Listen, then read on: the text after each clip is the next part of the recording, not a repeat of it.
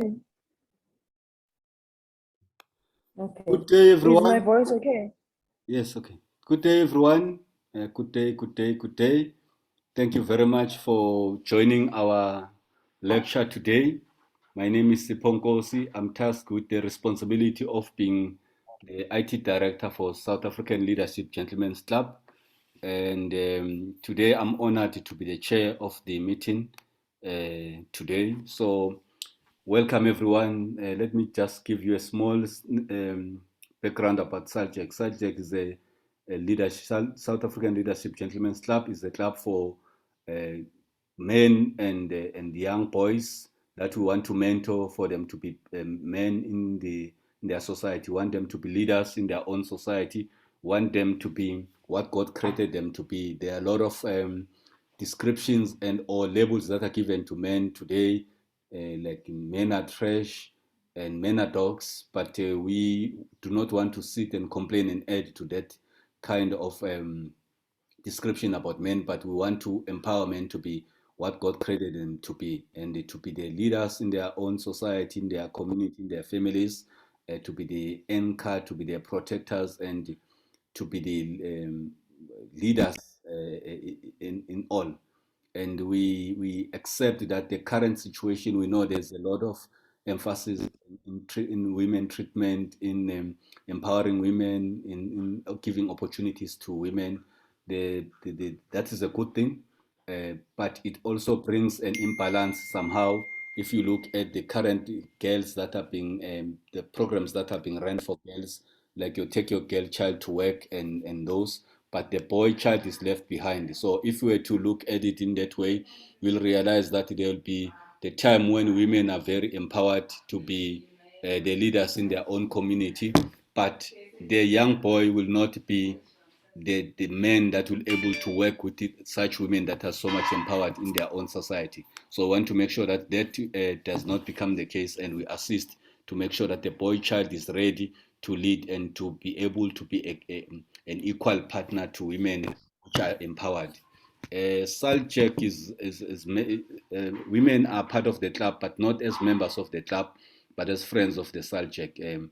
Our speaker today is one of that member that is a member to the Friends of the SALGC. The reason we want women to be part of the club or to be involved in the club's runnings is because we know we do not live in Ireland as men only, but we've got boys that have been raised by women, and we want to make sure that that kind of knowledge is passed through them as well, and also to get the input of women to say, this is the kind of men that I want my son to grow out to be. So that's what we want to do and to empower. So thank you everyone for coming through today. Today's lecture is about Africa, the challenges that Africa faces. I think we've realized mostly, especially most with South Africans, there's a that view as if we South Africans live in our own continent. You'll hear someone saying, I want to visit Africa or I want to take my business to Africa, as if they are not in Africa. And there's a lot of stereotype when it comes to different things about Africa. We are blessed today that the speaker today has a lot of involvement and a lot of knowledge about Africa and its challenges. We are going to see how she wants to empower us today so that we become one. There's a lot of, in politics, there's a lot of um, rhetoric and or discussion about being borderless country, South Africa, and borderless continent. And we want to understand if such thing is it possible. We've got a lot of reservations, some of us and some of the community people, but we want to see if there's any merit in one no borders or to have a borderless sort of a country. I want to start by reading the biography of our speaker today. Mrs. Nkosazana Ndlovu is an auditor and information system practitioner. She's currently pursuing a legal career. She has over 18 years of experience in the public and private sector on several roles, including risk management, governance, internal control, and systems, as well as legal and compliance work. She is a wife, a mother, a business a woman, and a social entrepreneur with a passion for education of the next generation of great Africans. She is a Pan-Africanist and a Christian who believes in the civil rights of citizens across the continent and globe. She is a strong believer in anti-corruption, the rule of law, and building strong democratic institutions and ethical leadership to govern countries in order to manage economies in an efficient and effective manner to the benefit of citizens. She is currently serving in the top leadership of Africa 55 states under the guidance and mentorship of Dr. Charles Sinkala, and also chairs SALGC Women's Wing, Friends of the SALGC. She strongly believes that Africa will be the next world's economic boom and wants to be part of the collective to drive that change. She has co-authored a book with her husband as well as ran a community ministry driving change and development in their community. Nkosazana is an intelligent, dynamic, a self-starter and believes in positioning Africa to take her place in the world and believes in protecting Africa's wealth to the benefit of the true beneficiaries, being indigenous Africans and those in the diaspora as the birthright of which is a cause she has dedicated her life in service for, a catalyst for change. I'm not done. I need water. You can see that she's a well empowered individual that we have today.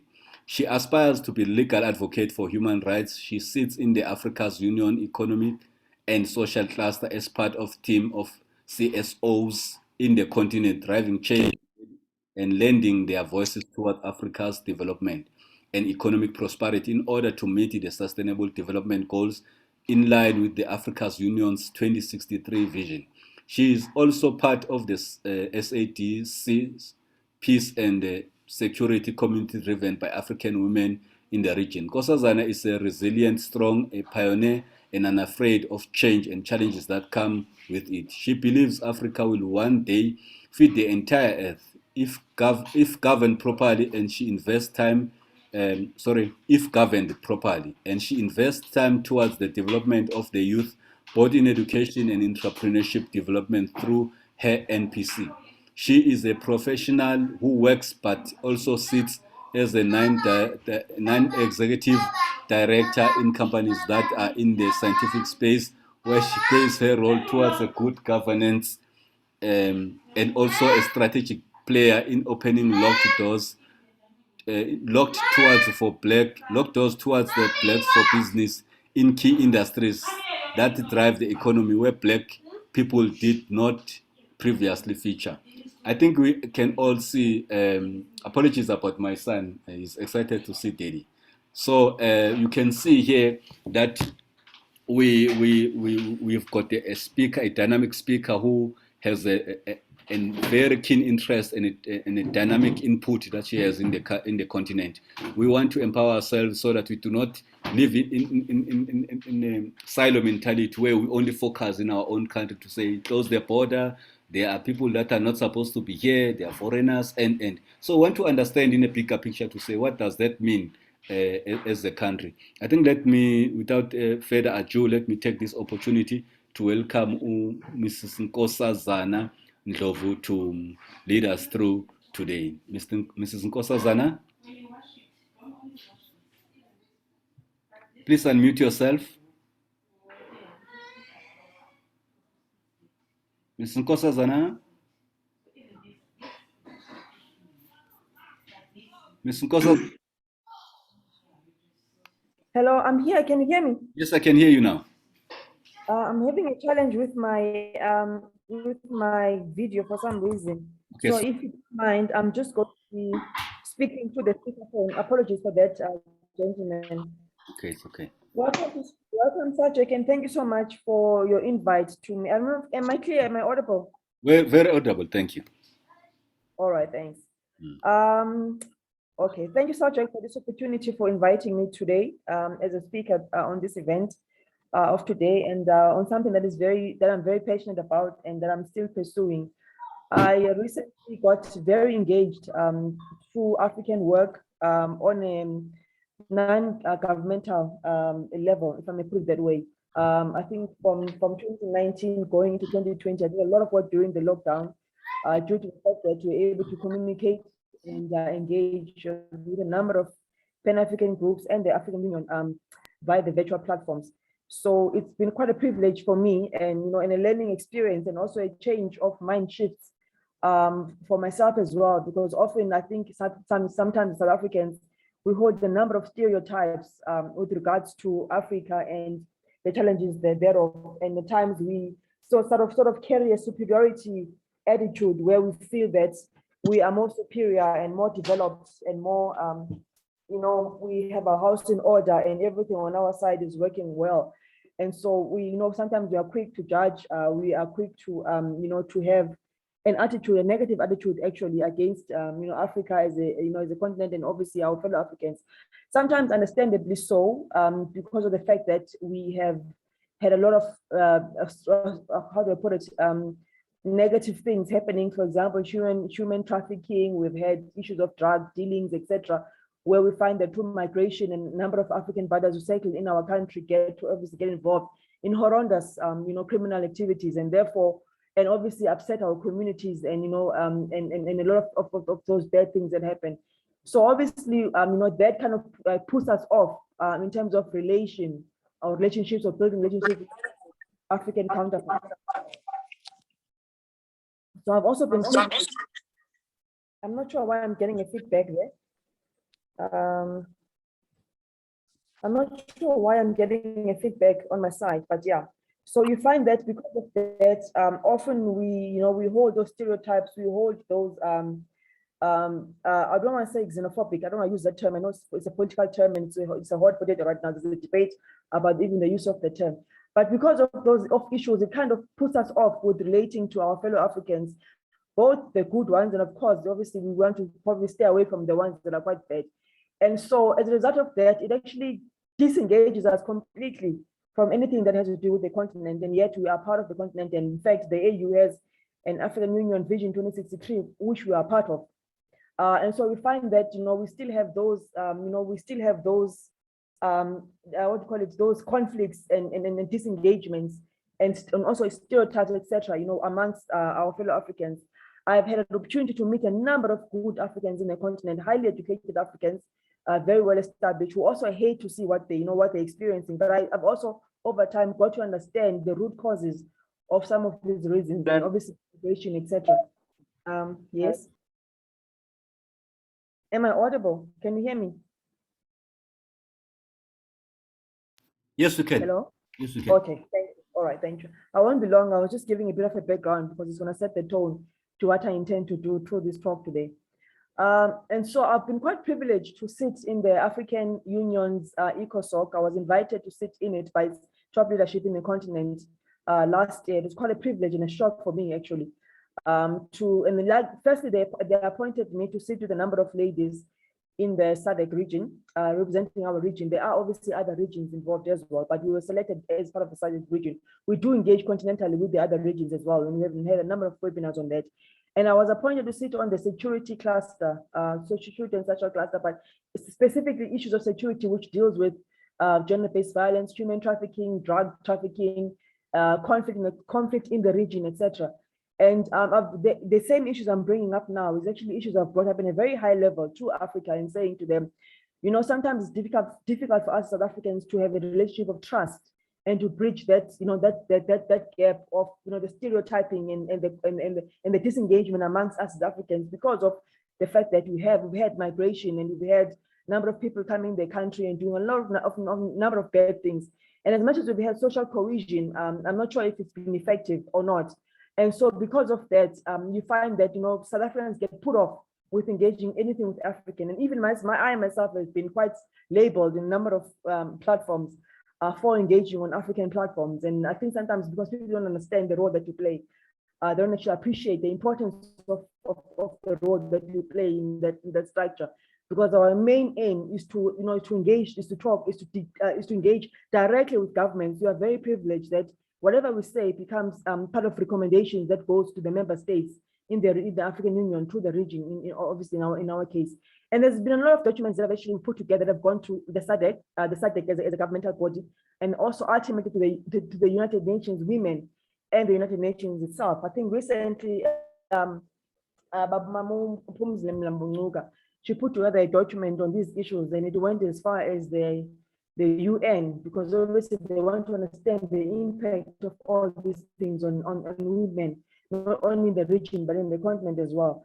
So, it will play a very strategic role for that reason, to get to the root causes of these things that affect us directly and indirectly. And sometimes we take these things, we take this social time is quite likely. And we said the first point of call is to engage and, to have representations from, from us, South Africa, from Swaziland, from all these countries, and obviously to engage with women in the region. It's been quite a wonderful experience, because when we engage with women in the whole African continent, you begin to understand that they face atrocities that are far higher and bigger and more catastrophic, if I can put it that way, than we do. And obviously we inherit all those things, because whatever happens in all of the regions affects us, because people migrate. If there's wars in a certain country, they're going to migrate down south in most cases. And obviously can migrate anywhere in the continent and abroad, but they have been migrating down south. South Africa seems to be more politically and economically stable, so it's easier for those direct impacts on people migrate for whatever happens due to the instability and the conflict in the regions. So I've been quite privileged to really engage in such a high level platforms like those, because you learn, you have a mindset shift, which I have done a lot for myself as well. You begin to understand when people actually explain their own experiences, like what happens directly in them in their own countries, and the humanitarian crises that they face. And sometimes you see women and they cry, in these platforms. Obviously, it's not open to the public, but it's when you engage.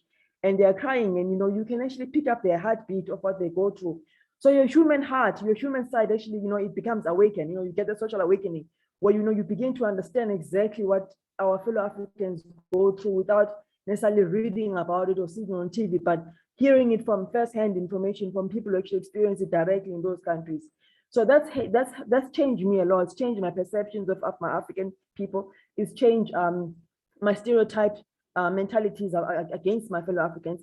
It's changed a lot of things in my mind about the continent itself, because I now know from first-hand information what actually happens, and through the engagements and trying to find solutions and recommendations that you make to our governments and the structures like the UN and the African Union, etc. So I'm quite privileged, to have been part of that. So thank you very much to give me the opportunity to actually share a bit of what I know, and a bit of what I've experienced, and a bit of the knowledge and the frameworks and the documents that we have actually worked with this platform, and with my fellow South Africans and my fellow Africans in the continent as well. I see a number of them have actually confirmed that they will be attending today. I've invited people as far as the diaspora, as well as journalists and some colleagues and counterparts within the continent as well. So I'm hoping that they will be able to join us later on, those that have not started to yet.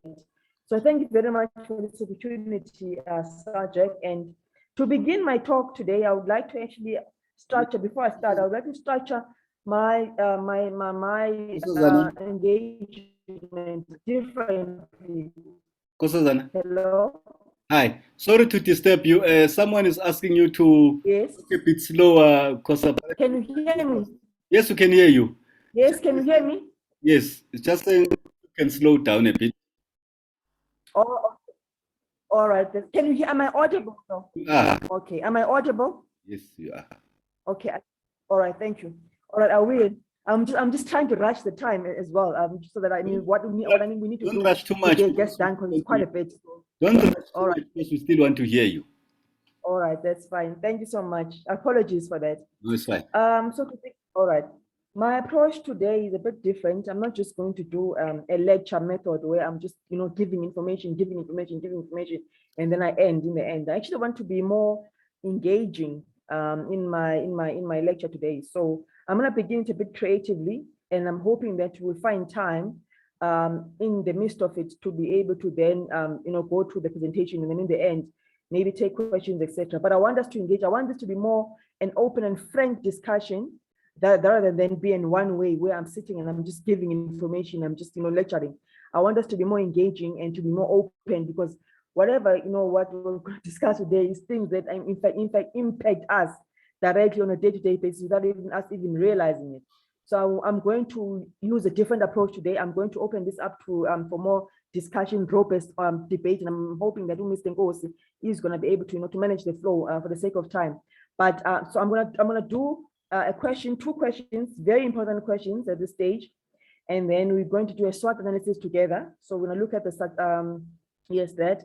We are then going to look at the strengths, weaknesses, opportunities, and threats after this. And we want to capture that information. I'm hoping Mr. Nkosazana will be able to type fast.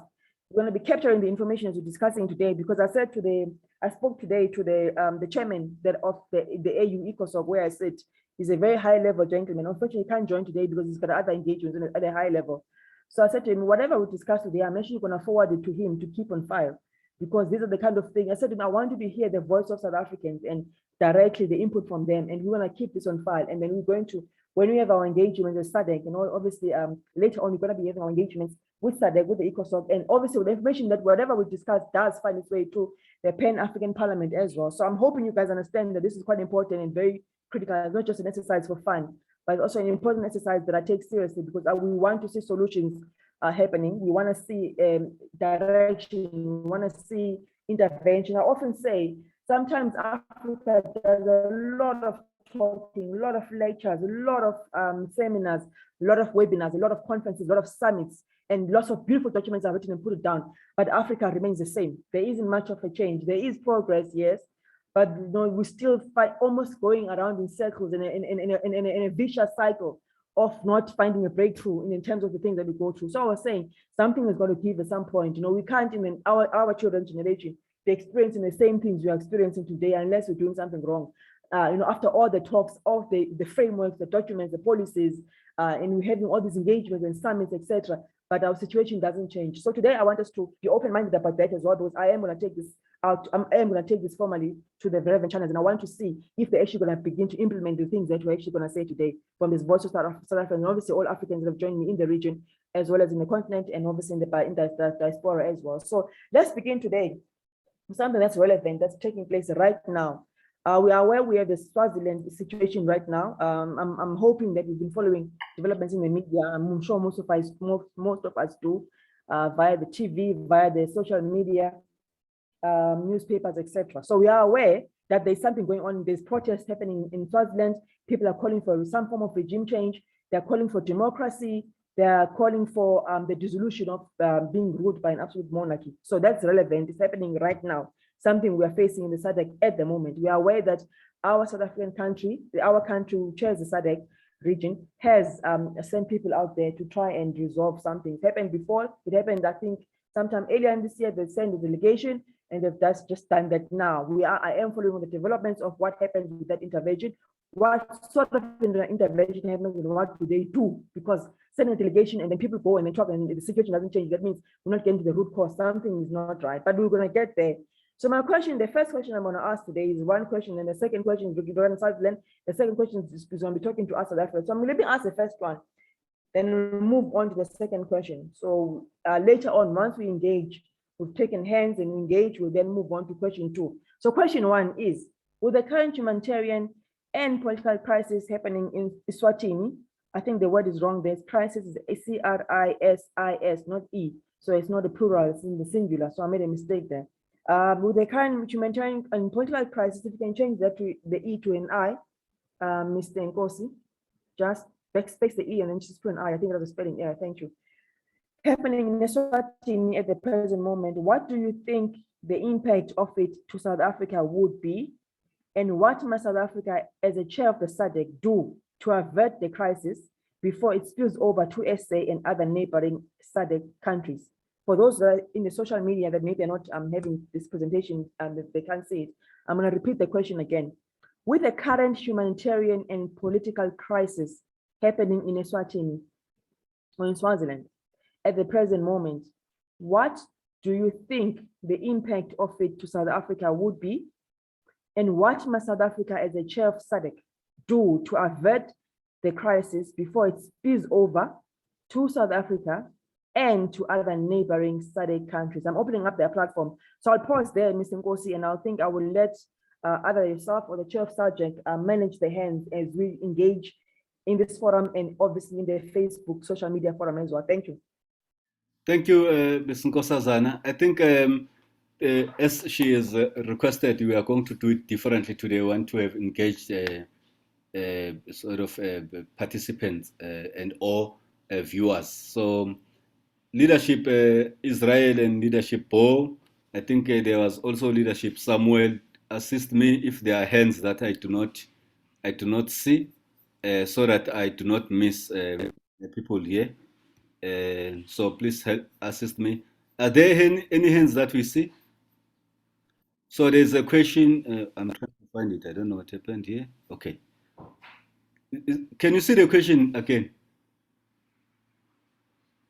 So it says, with the current humanitarian and political crisis happening in Eswatini at the present moment, what do you think the impact of it will be to South Africa, and what must South Africa, as the chair of the SADC, do to avert that crisis so that it doesn't spill over to South Africa and also other SADC countries? I think I saw a hand from Musa. Musa? Good afternoon, everyone. Yes, I have raised my hand. Thank you so much for what I've heard so far.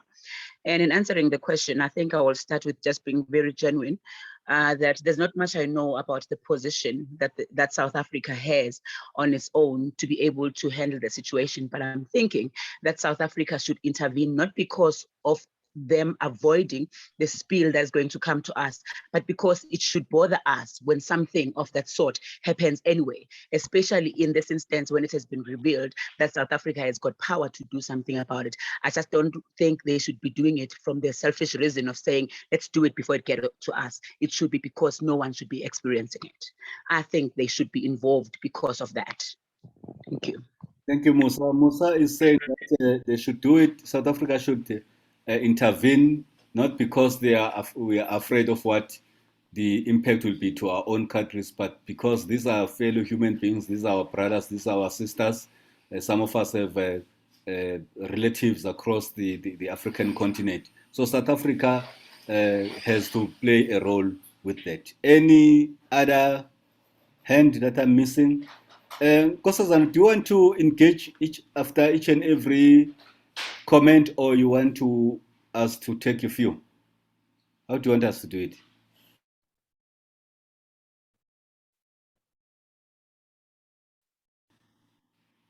Hello, Nkosazana? Okay. Can you hear me, gentlemen? Yeah, now I can hear you. Okay. This is not a, what you call it, where it's a question answer session. I'm opening it up, as I said, to everyone to engage. In the end, there is somewhere I'm going with this. In the end, I think we'll just, we'll take note of what people are saying, and then we're going to take the discussions further. So we're just opening it up now. So maybe someone can take notes, or I will take notes on my side as colleagues and friends and whoever is joined us is actually engaging. So I'm not doing this as part of question and answer as such, but we are actually engaging, and that's the purpose of this. Thank you. Okay. There's a hand from Zwelinzima Vavi. Mr. Vavi. Oh, thank you, Chair. My apologies. It's Nolutando. I'm just using my husband's laptop. Okay, Nolutando. Thank you. It's Nolutando Vavi. Thank you for the acknowledgement.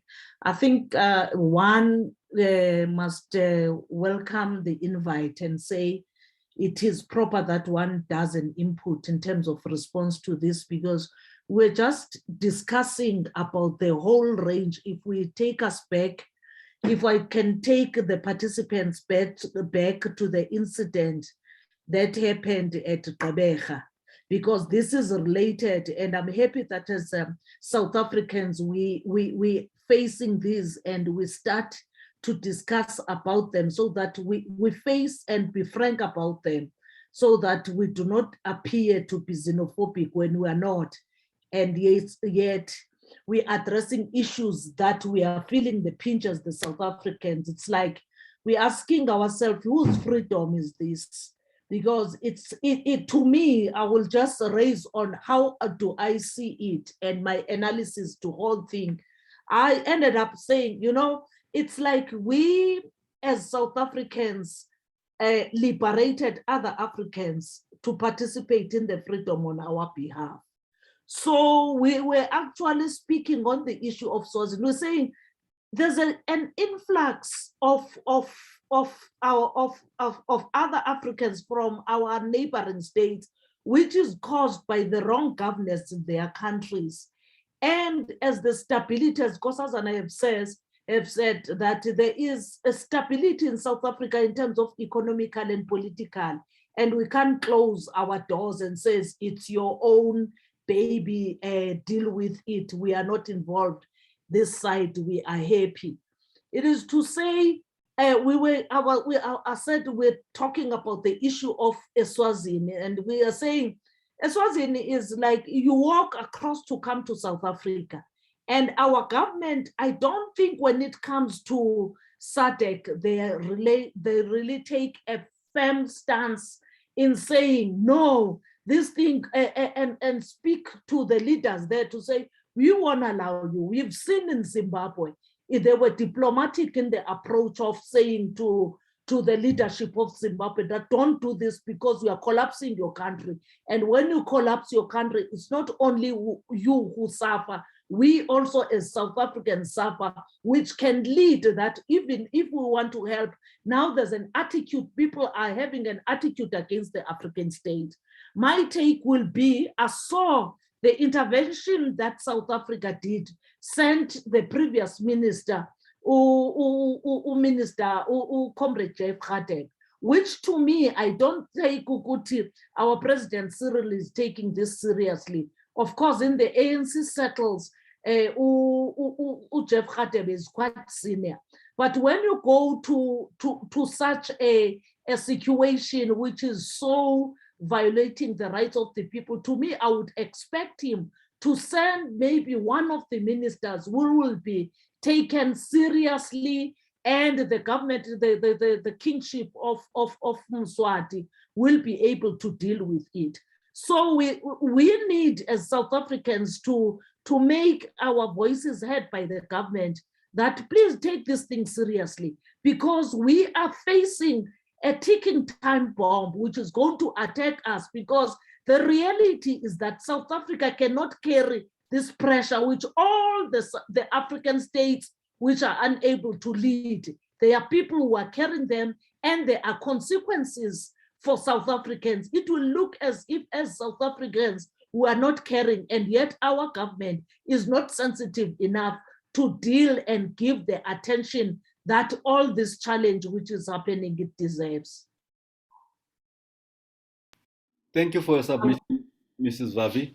I think you have put it in a way that to say South Africa needed to engage in a stronger and more force-showing matter way, because it did not work in Zimbabwe. So now in Swatini, the people that we are sending as the delegation seems, according to your analysis, it seems that we are not too serious about it. It should have been the president of the country, which also makes him the chair of South African developing countries. Thank you for your submission. Can we have other hands? Are there hands that are missing? Coffee Fresh. I don't know if it's Miss or Mrs. or Mr. Coffee Fresh, please unmute and the platform. Good afternoon. Yeah, it's a Mr. Thank you, sir. Yeah, thank you, everybody, and it's good being a good. I don't know very much about the situation in Swaziland, and I think for some of the social, I would say the media, the mainstream media, from where I live. I mean, I live in the UK at the moment, and it's not easy to be familiar with whatever is going on the continent, except where one digs or sees any thing on social media. So without that knowledge and background, it's very difficult for me to be specific and detailed about my comments. However, I will give a generic view from what I think should be happening. And I think the method in addressing this situation should be uniform across the continent. And for that uniformity, if SADC is dealing with it in isolation because these issues are quite similar across all the regions on the continent, where you have issues, neighboring issues and conflicts. And therefore, it shouldn't be looked at in isolation as a SADC problem, but rather should be looked at from general an African issue, and therefore the backstops with the African Union to be dealing with these issues and have the pill to address some of these issues hands-on. Yes, it's important that the AU should be working with SADC as well as ECOWAS and the French-speaking countries where the situation applies in those particular regions. But I think leadership should be coming from the AU, because without that, we're going to see these things across the board all over, and then we don't seem to have a defined system of dealing with these issues.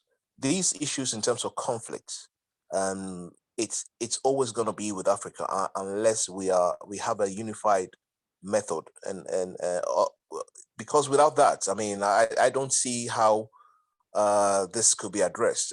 Yes, we could have the SADC chair going to Swaziland, meeting people who are influencing the crisis, but I think it could be a quick fix, and then in 2 years' time there'll be another issue. How do we resolve the fundamental issues? And what the approach should actually be looking at what causes these kind of conflicts between cross borders. And we have a committee, a special committee in the AU or within the regions to deal and address with these problems, so that we don't have these issues recurring every now and again, you know, because it creates a lot of xenophobic across the continent. As my sister Nkosazana said, it's good to socialize on the various platforms. Then as a result of that, you get to realize that we are all the same and we have to respect one another. We are all the same. And xenophobia should actually be eschewed from our system, our domain, because if we don't do that, it's very easy for anybody to manipulate us anywhere. Anybody, the colonialists, anybody could manipulate us. So in order not to speak too long, I would say that let's look at it also from the AU point of view, and what is the AU doing? And I think we will need answers. What is the AU doing? Because it's not only an issue in the SADC. There could be an issue going on in Gambia. There should be an issue going on in Ghana. It could be a similar issue going on everywhere. And how are they dealing with these issues? Thank you. Thank you very much, Mr. Kofi Fresh. Your submission talks to say it should be a uniform approach across the continent, and we need to draw in the assistance of the AU. And so, because the SADC region is only a small part of Africa, so we would rather have a same system across, or same approach across the whole continent. I think thank you for your submission. Ms. Nkosazana. Thank you so much, Mr. Nkosi. Thank you so much, Ma'am Vavi. Thank you so much for honoring this meeting as well and being here. It really means a lot, leadership. And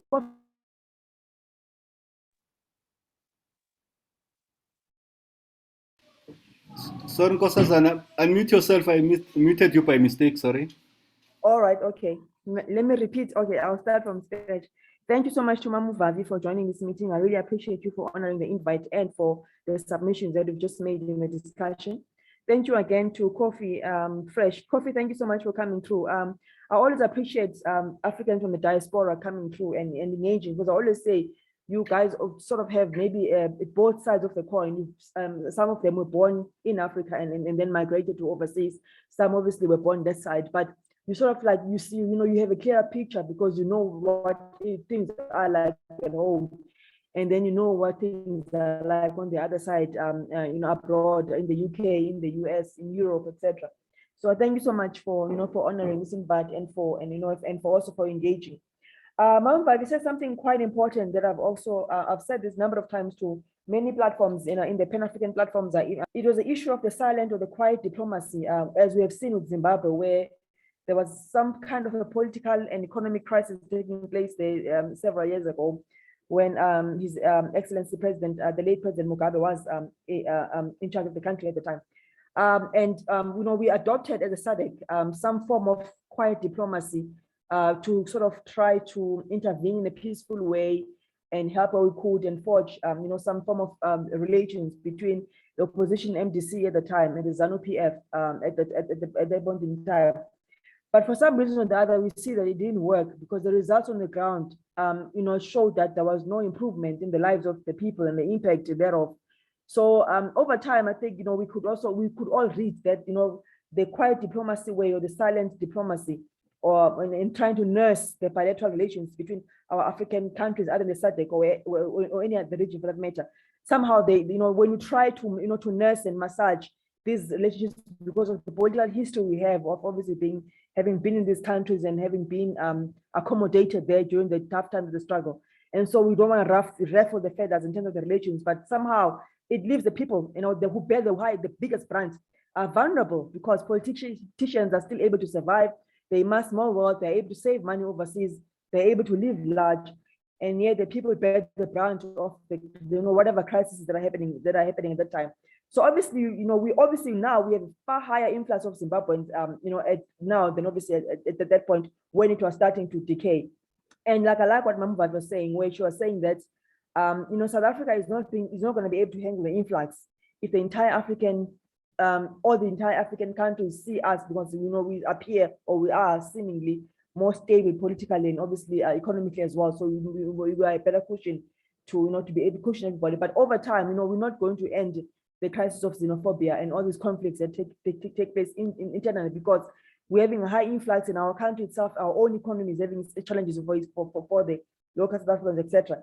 But my point is, coming back to what you are saying, is I raised this thing at a very high level in Ecosoc, and I actually had the privilege of sitting with a couple of countries and the presidents, and even the security representatives, including in Nigeria. I think we sat last year with the gentleman who's the chief of staff of the army there, and he reports directly to President Buhari.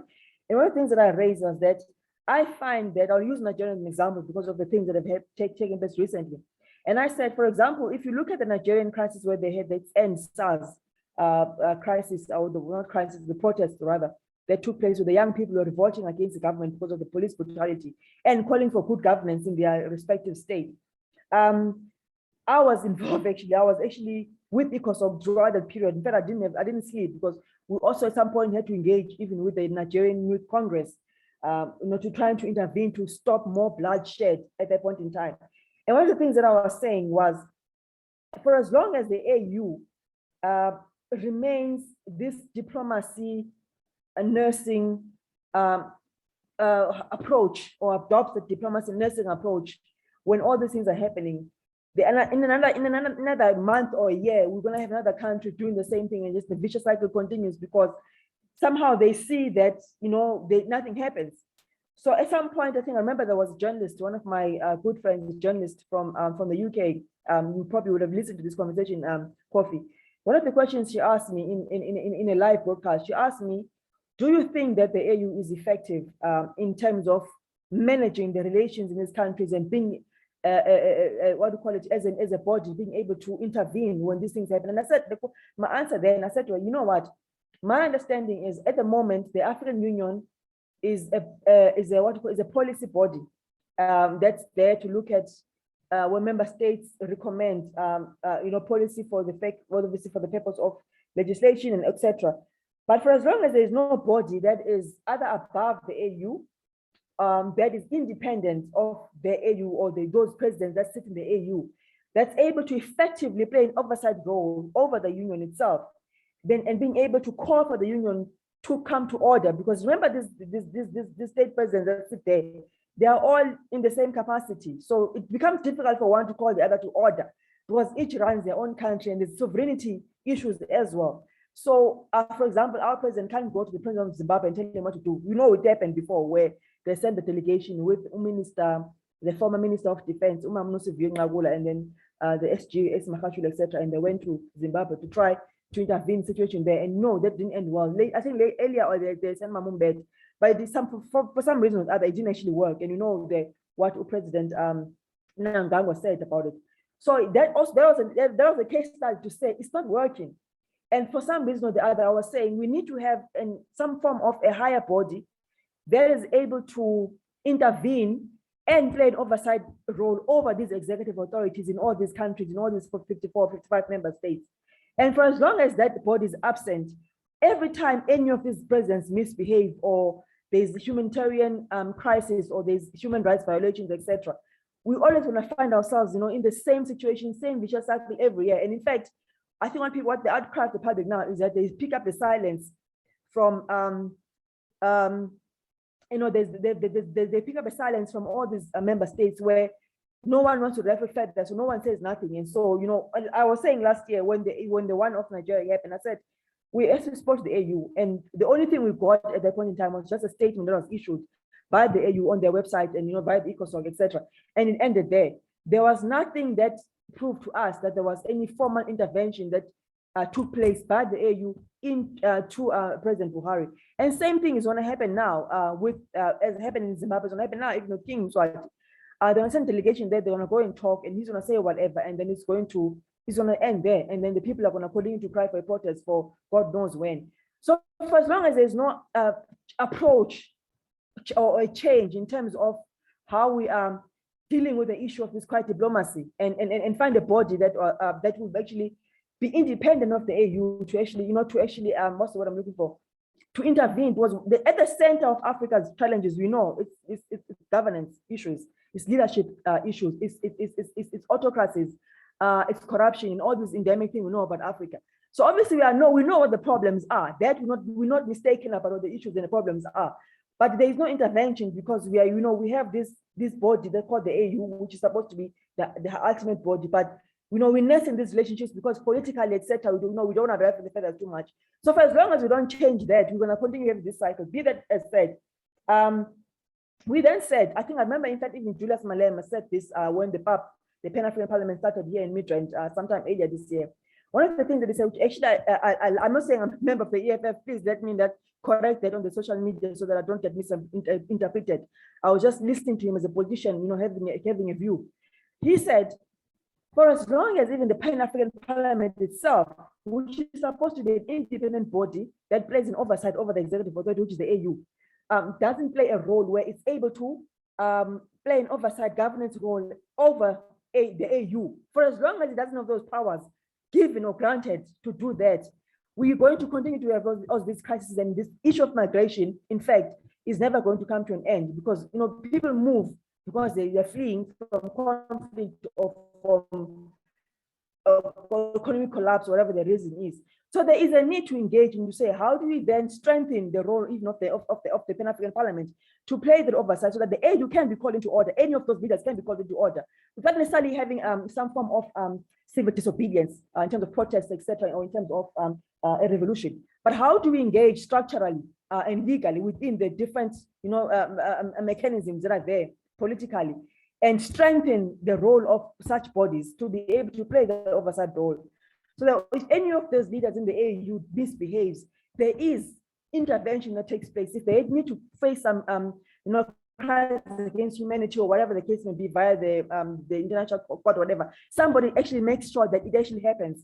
So that's the challenge that we have. And I was actually answering the question that you were saying, that the quiet diplomacy is not working. And for as long as we keep on not being direct and confronting it, and we keep on being nice around it, we are going to continue to have this crisis. And even ourselves, we might find ourselves one day moving to Rwanda, or one day moving to Morocco or any other country. We don't know what our situation is if our political situation does not change. So that's the point I want to make. And I like what Kofi was saying as well, which actually agrees with the point as well, where he's saying that, what is the role of the AU? What oversight role are playing? What's the role of Ecosoc, of ECOWAS? What's the role of SADC? So these are the kind of discussions we need to have. But I sometimes politically they don't sound correct when not being direct about these things. I'm often very direct and often very unpopular, even in the structure sitting in the AU in the South. I say, guys, we can't keep on come here, do speeches, do presentations, talk nice, and massage each other, make sure we all feel good, and then we go home, switch off the webinar, and then we're going home, we write documents, whatever. But nothing is changing. We've got to come to a point where we become robust and we put pressure to ensure that, via all the political organizations that are there in Africa, but through the AU, obviously, We put pressure to ensure that these things are being dealt with, they are happening, there is implementation, because if we don't, our next generation is going to be having the same problem. And it actually makes Africa's enemies here because they like the instability. Yeah. And they like, the rushing, those obviously, it's to the benefit in terms of our wealth. So I don't want to go into that discussion now, but yeah, so I like the point that you made, and I think we need to move towards that direction to say, how can we allow our governments to strengthen that, those roles, in all the member states through the AU? How do we strengthen PAP? I know we watched the chaos that took place earlier, the oversight role of what the structure can actually do and how effectively it can play a role in managing the situation so that we curb the tensions. We play, we play a proper, what do you call it? I don't know, it seems like we've lost Nkosazana. Let me see. I think it seems like we've lost her. I hope it's not the issue of load shedding, but she's given us quite a lot to think about. Why? Recording in progress. I think, okay. Nkosazana? Yes. From that side. Okay, we had lost you for some time, but let me give. I've seen a hand from. Thank you for also emphasizing that point from the others. Okay. The role, especially Coffee Fresh. We don't have the AU playing a role, a proper role, and I think he also referred to the issue of depending on the mainstream media, that the kind of information we get is distorted somehow. But before I saw your hand, Chair and Zingisa, I think I'll give you an opportunity. So I'll give, before that, Mr. Swan, I would have loved this nice sort of points that you've raised here. You would have said it in your own voice, but I'll read it.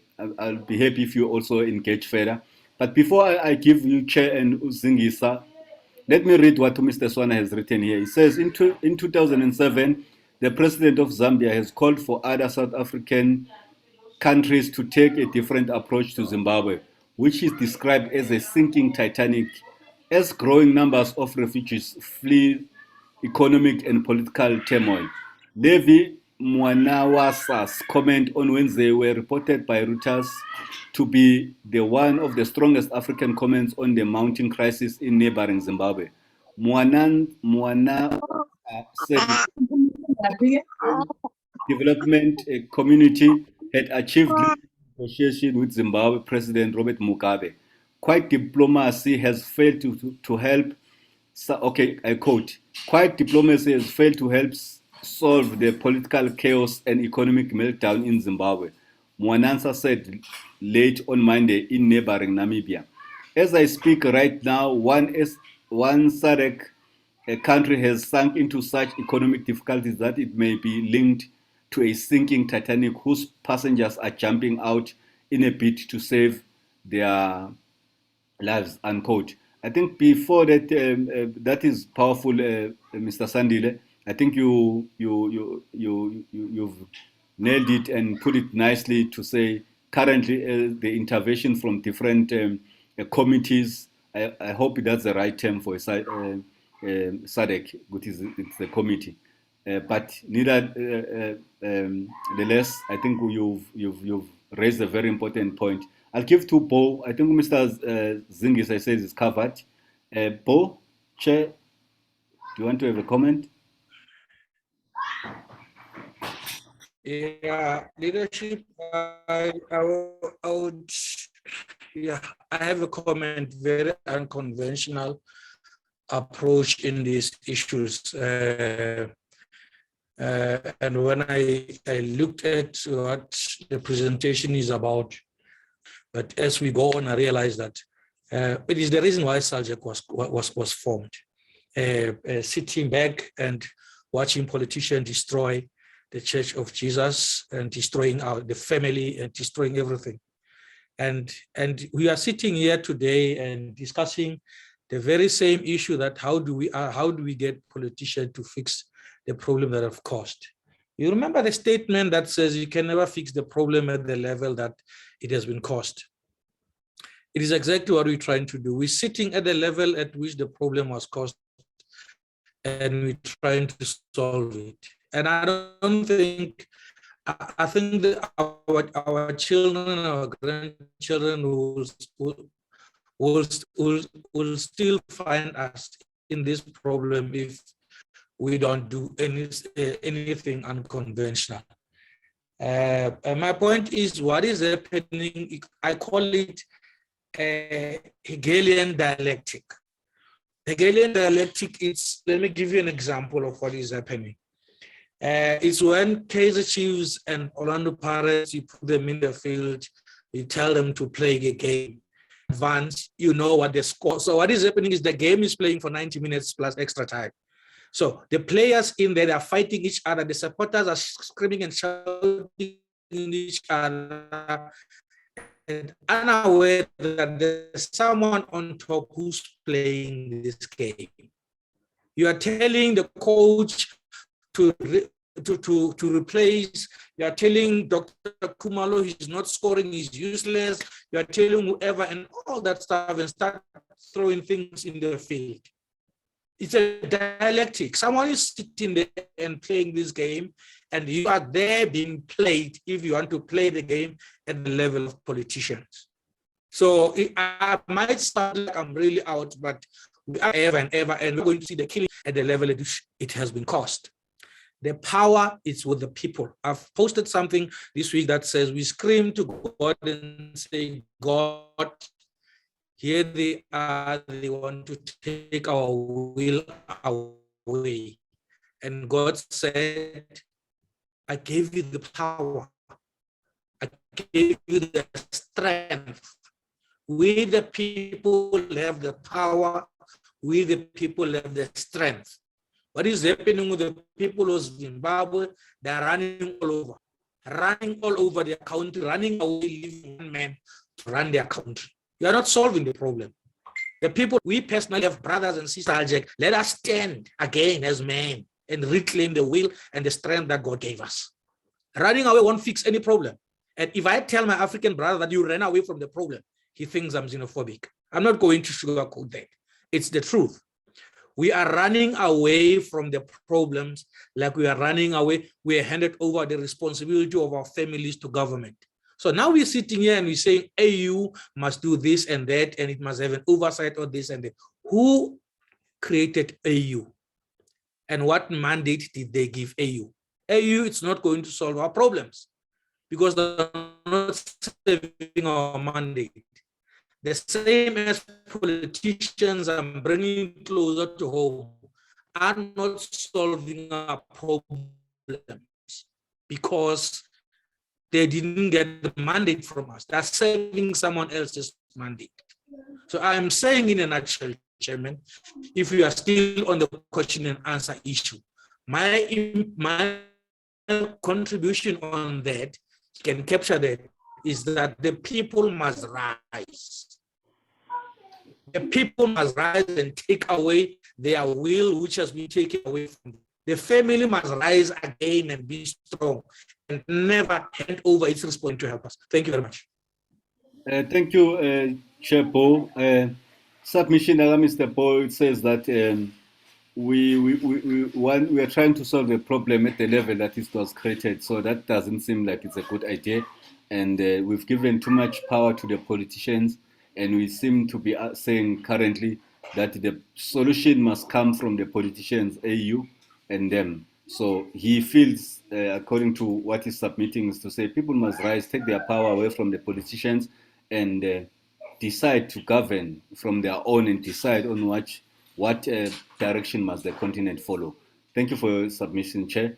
Let me give also Ubongani Mnankeu, I hope I'm pronouncing it properly. Bongani, the floor is yours. Please unmute yourself. Thank you, Chairperson. Is Bongani Mankeu? Am I audible? Yes, you are. Thank you, Mr. Mankeu. Yes, great. Thanks, man. This is an interesting discussion. There are issues that needs to be looked at here carefully. I've listened to the latter speaker around people must rise. That is a good idea. I think in the case of Eswatini and other countries, including South Africa, I think where we have a lot of problems is governance. Now, the mistake that tends to be made, I would want to believe it's going to be the same situation at Eswatini. We tend to think that where there is democracy, then there is good governance. And that's an opinion, a general opinion that doesn't really, I don't think is supported by real facts. I think it's probably supported by the economic system that drives all issues in the world. So one, in Eswatini, there is kingship and governance. I mean, so a kingship and democracy. I want to believe at the end they will push for democratization. I think the rising, etc. will go that way. But I'm saying we need to be very careful with the thought of saying governance is a synonym of democracy. Now, Nkosazana, what she raised from an institutional point of view, related to what the latter speaker said. The latter speaker mentioned people must rise. People must rise. I agree, but there should be an institutional mechanism in place. Now, if Nkosazana argues that the African Union must be empowered, she didn't put it that way, but if she says the African Union must be empowered to a point that the African Union oversees the states in the African continent, that will mean, therefore, we saying the African state has no autonomy. Then they literally becomes federal state. Now, can that be agreed by the current regimes in the African Union, in the African continent? It is a great idea, but now we need to scrutinize the African Union itself. What is the genesis of the African Union? I think the latter speaker, I somehow disagree with when he described the African Union. Kwame Nkrumah and his Kahoot, I'm sure when they had extensive discussions, they had a view that you need an Africa that goes through a unit, then development. I always argue that was probably correct at the time, but at this time we need an Africa that goes through development and unity. You need a development that is a carrot that you dangle around this, so that you can, to an extent, legitimately make a African Union that is empowered to oversee. So those are the challenges that we are having when we run with the Eswatini. As for South Africa or SADC, I hear those that they say SADC, African Union, etc. SADC and all these, those are trade blocks, literal trade blocks. They were meant for the development of Europe, not necessarily to be empowered on the political end. So I wouldn't blame them much. But now politically, if you deal with the heads of state within the region, SADC, not a trade bloc now, you can go elsewhere in the African continent, all of them. Who has the moral authority to go and tell leadership of Eswatini is messing around? Of course, South Africa has no moral authority to do that. You mentioned all of them, all the countries. Not a single country has a moral authority. Then now, contrary to what I've argued, the latter speaker said people must rise. Probably then I will agree to say people must rise because these autonomous states that we have no authority. But as we do that, we need to be careful of the hidden hand in this uprising and the bias reporting of the media, because we are very much aware there are those that trade on chaos in these African states. And the issue of Eswatini, it needs to be looked careful. Yes, we understand the humanitarian and all other aspects that have to do with humanity, but we need to be very careful not to confuse democracy with governance, not to undermine the kingship. We need to be careful when we analyze this. I thank you, Chair. Thank you very much, Bongani. Nkosazana, I think we already have done away with an hour. We left about just below an hour again, and we still have a second question and the sort that you want to do. I say, hey, Okay. Kofi, do you want me to give Kofi an opportunity before you come in? Yes, please do give Kofi an opportunity as well as I don't know who else is there, but yeah, it's fine. Only Kofi for now. Ubongani has just said now. Let me lower his hand. Okay, Kofi, my brother. Yes. This question goes back to it's sort of when I'm taking an exam, and I need to make sure that I do answer the question which is put forward me. Otherwise, I will deviate and I'll fail my exam. So, because I don't have good background to the situation with Swaziland, can somebody give me just 2 minutes? And I don't want the person to speak more than 2 minutes. 2 minutes, the background, so that people who don't know what the issue is with Swaziland can have answer the question properly. So, if Nkosazana, you can, what is the background? What is the issue? What is the crisis with Swaziland? So that we can be very, very detailed and clinical with our responses. Thank you. Just 2 minutes. Thank you so much. Can I just give this to either Mr. Sandleswana or even Bongani? I love to get the idea, you know, the comprehensive analysis of the academics. Either Mr. Swana or even Bongani can assist there. Can I just give it back to the platform? Thank you. I don't see Mr. Swana, so Mr. Mankeu, can you please give us in 2 minutes to say what are the problems in Swatini? Nkosazana, I don't think I'm the correct person.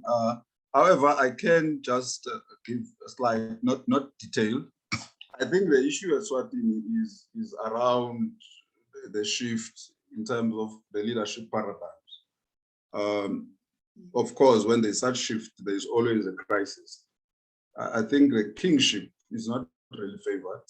I think democratization is understood to solve, is going to be a panacea, like we've done across.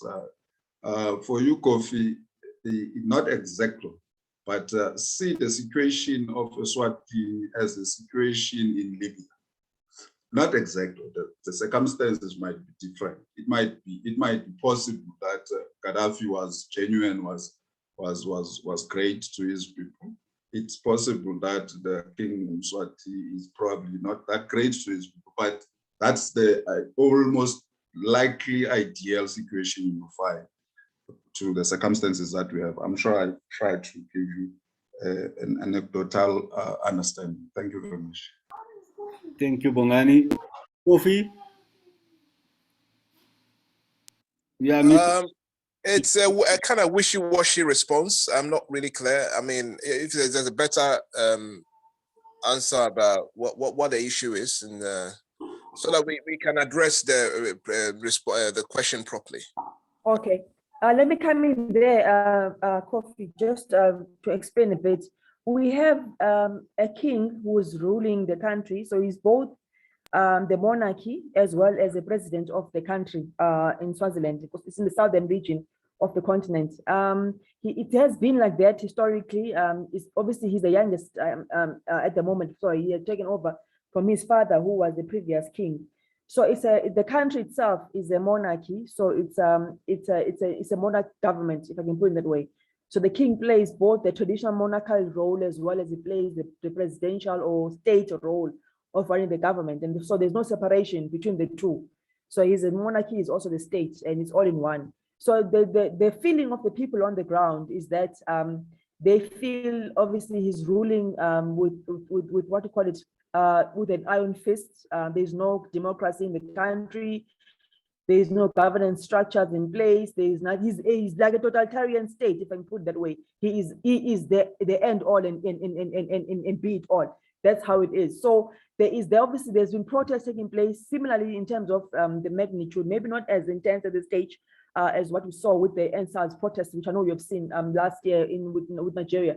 The youth have obviously have been calling for the change. It's also been not just been the youth, it's government workers as well. They're also trying to form a union. There is no unions, as far as I know, in actual fact, in the country, but it doesn't allow democracy to thrive. It doesn't allow for anything where the people's rights and are heard and people are actually I live in a more, in a more functional country where you have the judiciary, you have the state, you have the unions, your people, you have all those structures in place. So it's a functioning democracy. So people are calling for that, something similar like what we have in South Africa or any of the other African states for that matter. So there's been protests. I think they started about probably last year, and they've been they sort of have been intensifying earlier on this year. I think around about probably in July, I think there were some ructions there, and it's taking place, beginning to intensify even more. Obviously, he's retaliating and shooting people, etc. Like, it normally happens when there's civil disobedience. So it's becoming very bad, and it's becoming, it has not spilled over yet. Our SADC region has actually called for intervention, as they would, and obviously as their function is in that state, so that they can try and find a way to broker peace between his people as well as and himself, so with the intention, I think, obviously, of trying to find stability, obviously, and and peace of some sort. And obviously, it's that it at the moment we can't say it's working or not. We're still following this. It's a developing story, but in the nutshell, that's what's taking place. I don't know if you're answered, Kofi. That was more than 2 minutes. Okay. Yeah, that's answered. That's answered. Thank you. All right, thank you. Back to you, Nkosazana. I think to engage, maybe we move over to the next question, or you want to have a comment over the submissions that we've received from Uchepo, right, to Mr. Mankeu Bongani. Okay. Yeah, no, I will. Thank you so much. Thank you so much for your input, colleagues. I think I'm also learning a lot, and my mind's getting very open as well. I always like to have these engagements, because you get to obviously not have your own way of thinking, but you also get to see, like, that's the whole intention, what people are thinking. I like what Mr. Bongani was saying about the issue of a democracy is not necessarily governance and democracy are not necessarily going hand in hand. We sometimes like to think they do, or we want it to be that way, but we find that sometimes it's not automatic that if you have a democracy in place, you're obviously going to naturally have governance, etc. So that's another topic for another day, but I like that point. I think it's quite a rich point that you just put there. And I think it's another point to explore, to say, to what extent do our democracies actually effectively play governance? Do they play governance at all? What is governance? But that's another debate for another day, but I like that point. Kofi, I'm hoping you answered, but I think in the nutshell, there's 3 points I'm taking away with me today. Is the role of the AU. What is the role of the AU as an institution? Mr. Bo said the mistake we make is to hand over, leadership to, or outsource it to politicians, and not realize that they actually are coming from us as the people. So us as the people are the ones who actually should call them to order, and we should play a more active role, as opposed to totally giving up our power to politicians. That's the voice I heard from him. So so the issue of our role as the people, the issue of the institutions that are there, and then the issue of our own AU and what is its role. Is it effective? Is it playing effectively? What can be done? What interventions can happen? And Mr. Sonal earlier on brought a point of what the president of the new president of Zambia is saying about taking on a different approach, even in terms of dealing with the AU. So quite a number of points have been brought forward today. I like them, and I think I will listen to the recording, because I actually want to bring this even up, even to the structure that I sit in as well. So I like this engagement that we've had. So the next point, moving on to what you just raised, and I use Swatini, by the way, as a case study, as an example, because of the relevance of it now, because it's happening currently at the moment. And obviously there's a lot of things to unpack, which we've just done now, with that specific case study. And then the next question I want to open up to the floor as well, and I would like for as many people to participate, is the question of, the second question being, as a South African, do you at any point in time, or any time in this in the future, foresee a situation where in future circumstances in the country could one day cause you to flee? In other words, you may migrate to another country, either in the continent or elsewhere abroad. If so, if yes, why? If no, why? So I also like to see that. I would like to get engagement on the floor. Could we or any of us consider migrating? I know with with other colors in our country, it happens all the time. It's not even a question. Something happens almost daily. If you go to Home Affairs, you see people getting passports and trying to find a way out of the country to New Zealand, any other parts of Europe, to the UK, to the USA. It happens every day. And I think for us as Black Africans, we are starting to move as well. But traditionally, we've always held this view that, we want to stay at home and, it's nice here, we grew up here, we have our ancestors here, etc. But could there be a situation where we find that the country could be similar to what you see in the other African states in the future, where that could actually cause us to migrate? If so, if you say yes, why? If you say no, why? So let me just open that up to the platform as well. Thank you, Mr. Nkosi. Thank you, Ms. Nkosazana, Mrs. Nkosazana. I think, yeah, you are really doing it in a unconventional way, but it also teaches us to come and participate rather than just be observers of the discussion. I think the discussion currently now we are moving to point number 2, to say, as South African, do you at all, maybe I should just remove the other question.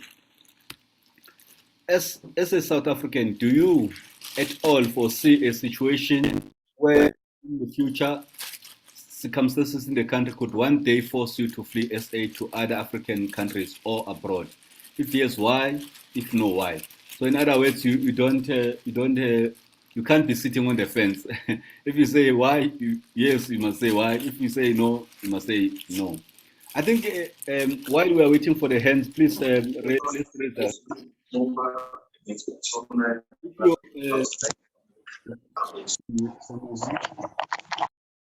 Okay, so I think as we're waiting for other people, I think this also raises my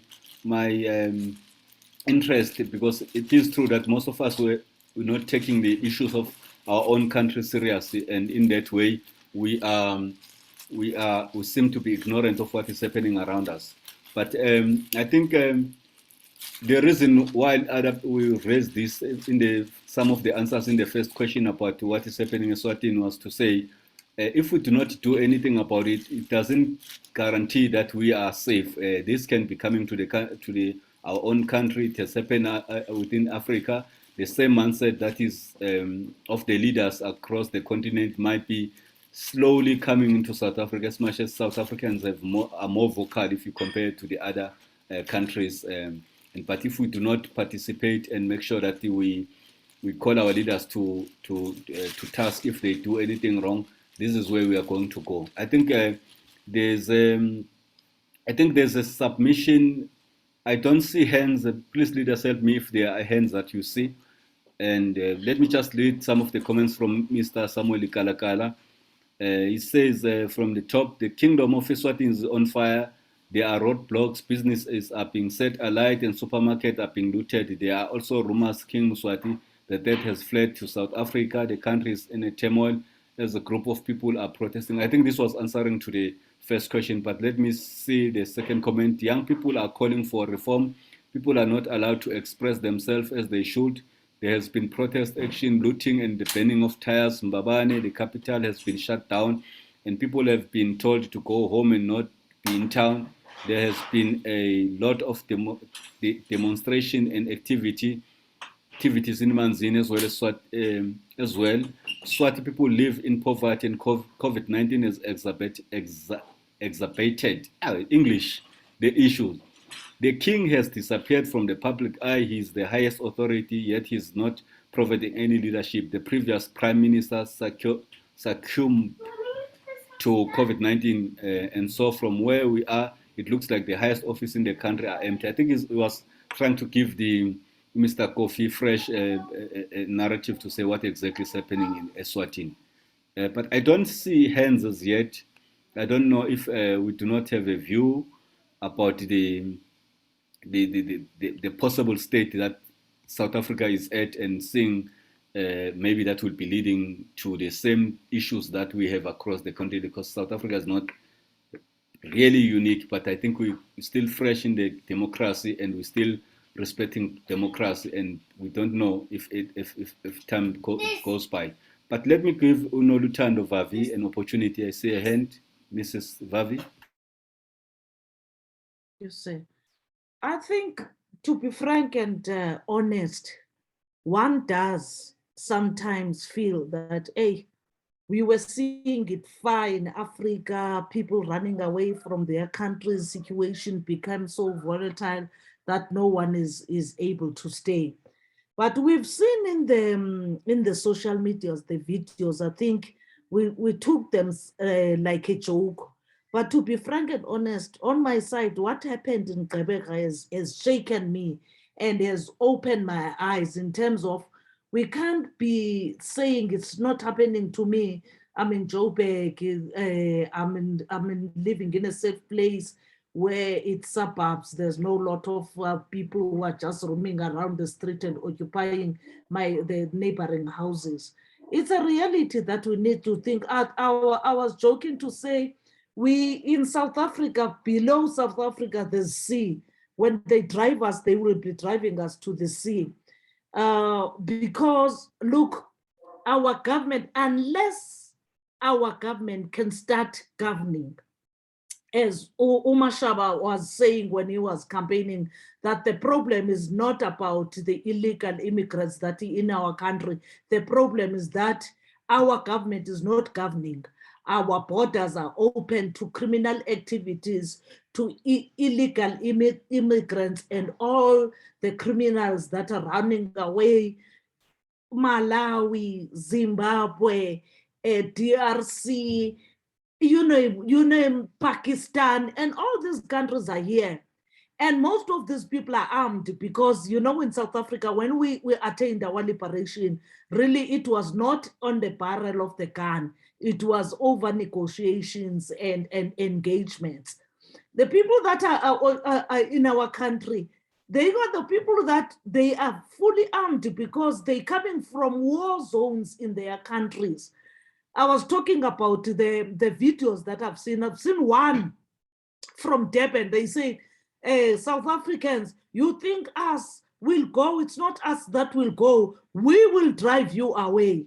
Secondly, there was a deputy police minister, I think it was in 2017, that video, we've seen it recently, where the guy was saying he has never heard of a state whereby in one of the places in that particular country, there is, like in Hebrew, whereby there's 80% of Nigerians who are there, and says it's not okay.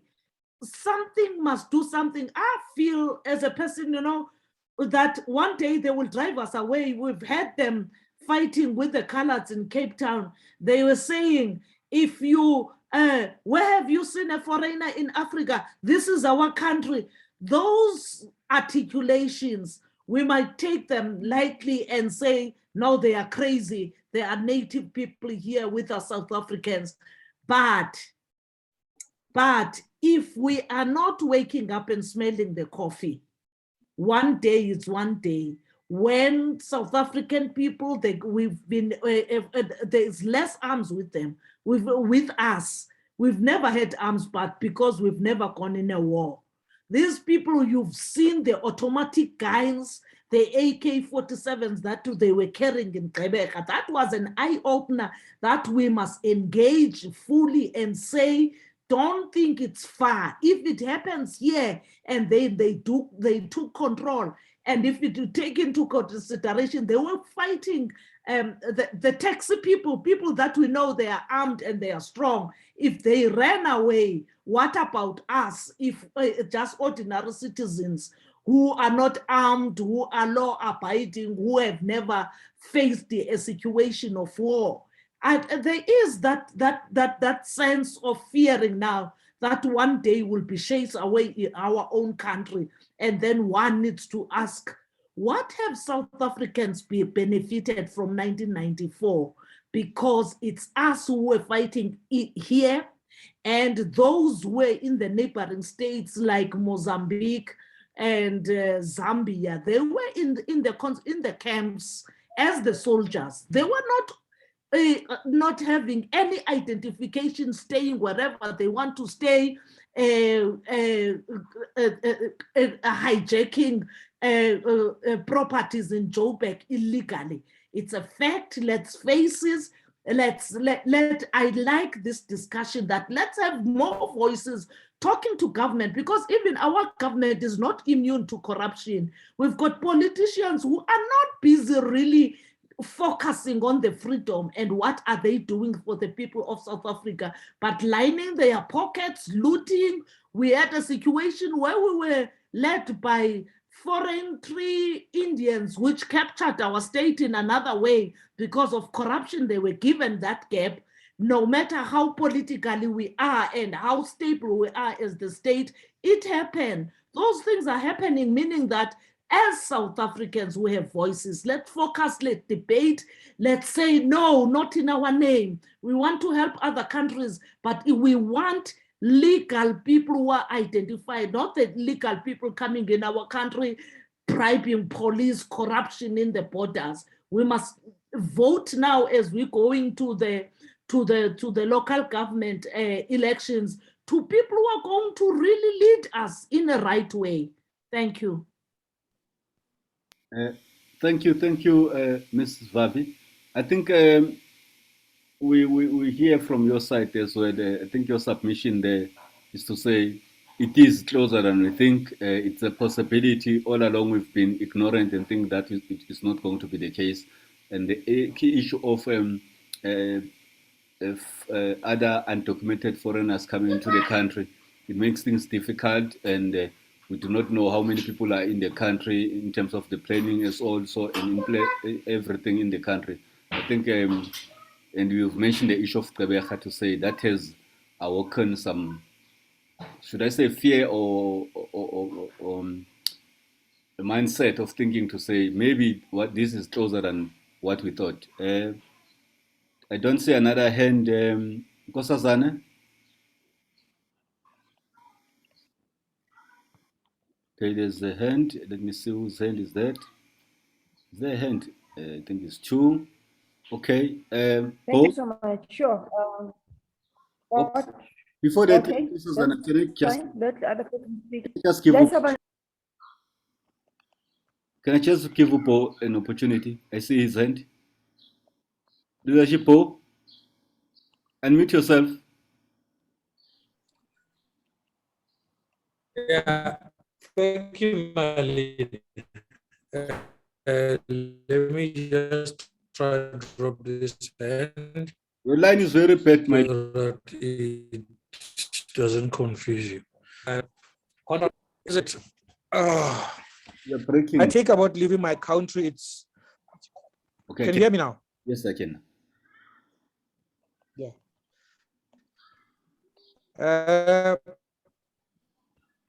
The issue of us leaving the country, running to other countries, like Vavi has said, it's not far. It's not really far. And I'm not saying myself I'll live anywhere outside the borders of this republic. I was born here, and I think I'm going to raise my voice, everyone. So the answer is I will not leave my country, but not taking lightly to what is currently happening. I live in the village right now, and the village that I live in has got a population of 6,000 people. But I can tell you now that the foreigners in this country, and particularly Zimbabweans and Mozambicans, are almost close to a number of the population of this place, because they're coming in every day. Some are being driven in, and the police brought me up as the people, as a nation, as men. It's not about what we are doing, it's about what we are not doing. We are not standing up, and this country is about to collapse.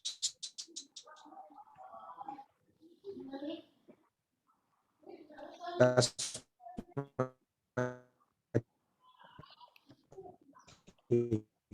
Thank you very much. Thank you, Chair. Your line was breaking, but I think you've said that what I heard was to say the issue of leaving the country is not considered. We've got a lot of people from outside the country who are already in the rural areas, and but we need to stand up and take charge of our own country. Otherwise, we'll get a lot of people from outside coming into to take over if we are not doing anything about it. Let me read some comments here. For that is Lucindy So Mzimase. Foreigners came to South Africa penniless and amassed wealth within our community. Now they have money to use against us, the citizens of the country.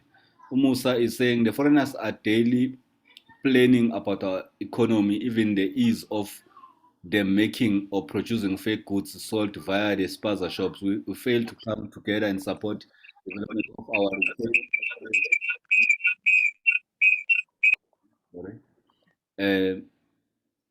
we fail to come together and support development of our retail outlets. We will find ourselves foreigners in our own country of being I think there's been locked out.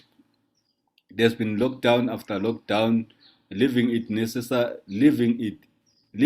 necessary, but living this mess is no solution. I think she was just commenting about the current state and leaving South Africa as a no solution because it's currently starting to be in a mess.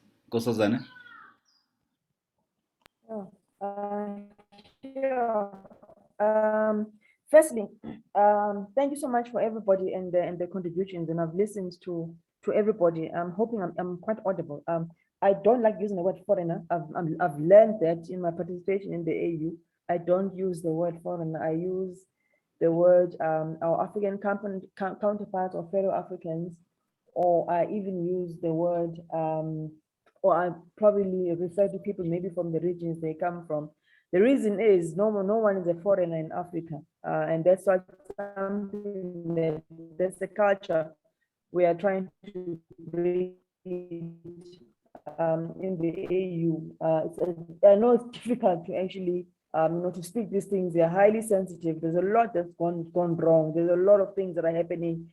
People coming when the migration takes place. There's a lot of crimes that have been committed by people who are who are being hosted in our country.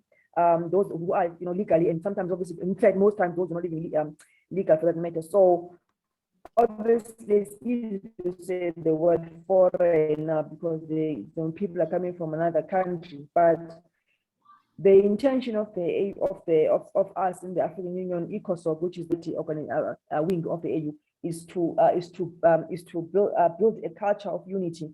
And we know that it's very difficult to bring the culture of unity in Africa because of the things that have divided us due to the wars, the colonization, etc., and all the political issues that we face up with, which have caused the migration, which is what you're talking about today. So I don't like to use the word foreign. I get offended actually when I mention it, and most of my African brothers know that.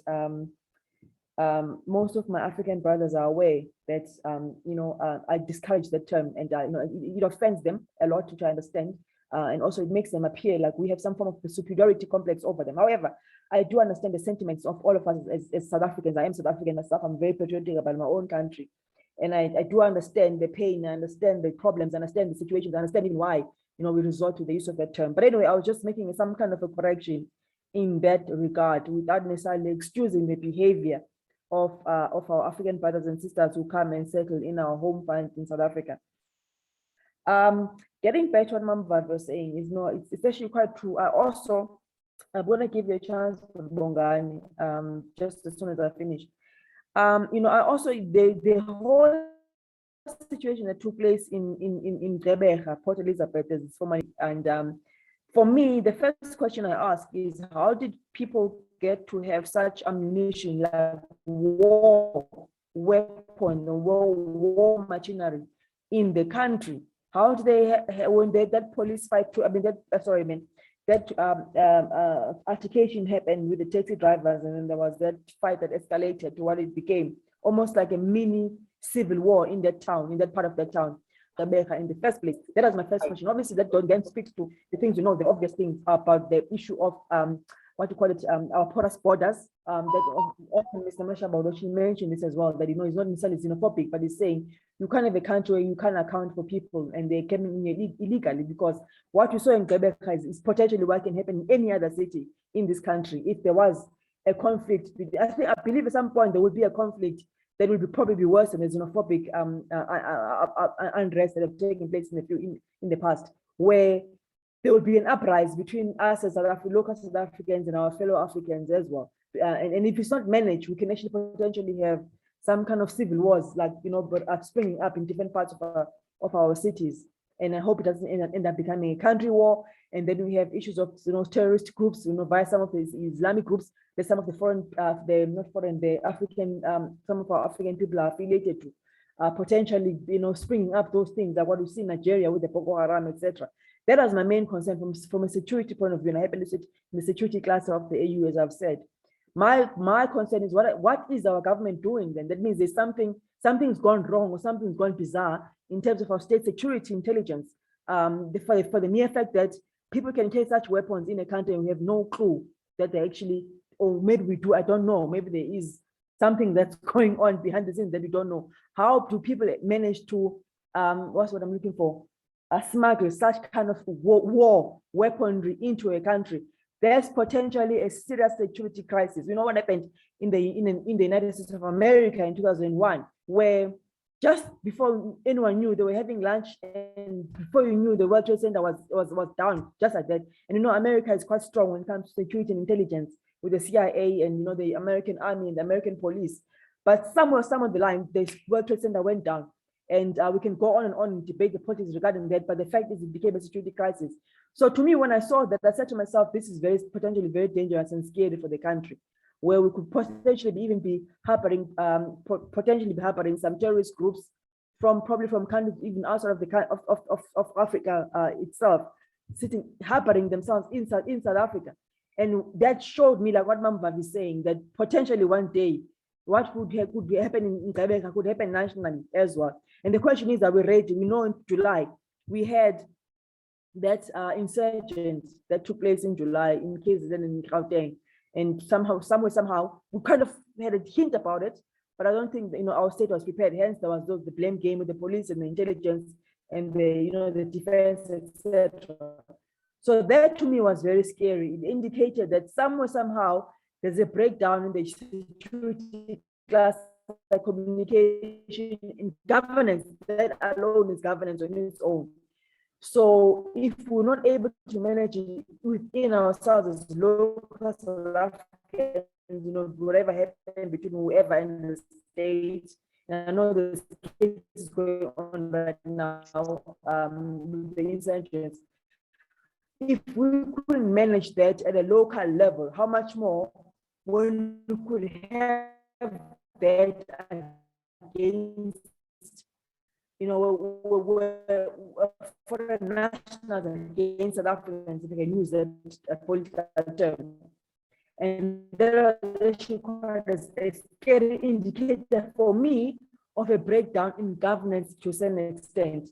So I know that's a point I took from one Mama was saying, and some of the disasters that are taking place.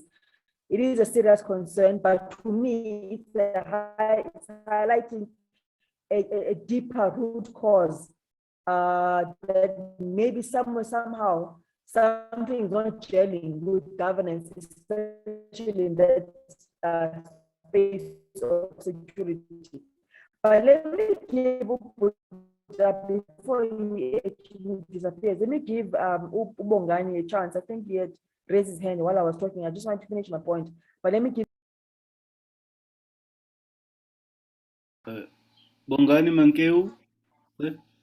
I'm sorry, Nkosazana, it's my fingers that break rock. Sorry, I lowered it. Oh, okay. I think we've lost to Nkosazana. I'm here. Oh, yeah, I'm here. I think I was asking if you could please get Bongani to come in the platform. Recording in progress. Okay, so Ubongani had said it was by mistake. His hand went up by mistake. Nkosazana?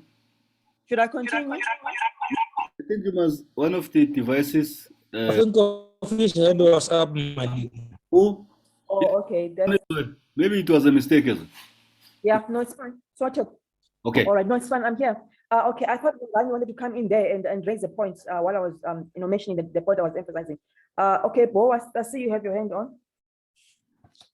Yeah, my hand is up, and I want to elaborate on what I said earlier when I started talking, that the people must rise. And I'm going back there again, that we're going round in circle as a nations of Africa, trying to get our people are not saving us.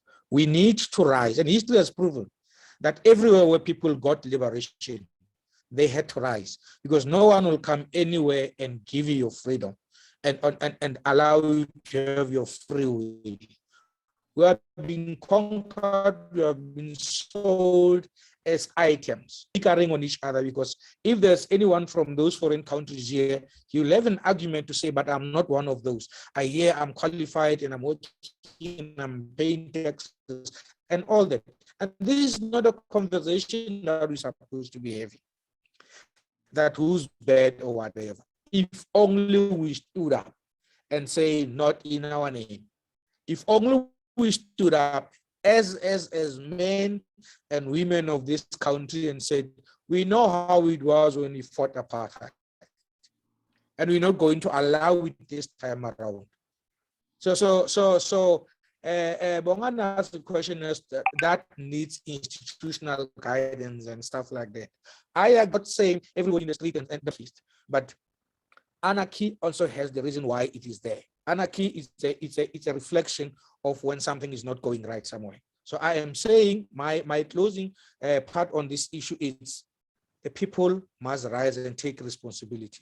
Government is not for you. We need to learn that. Umam Vavi said something very important, that we must vote wisely. We cannot sit here for 27 years and still be blaming the same people and still go in next week to vote for them again. That's not leadership.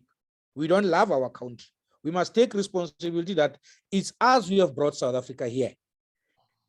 Because we have voted those people who kept bringing those people with guns in this country.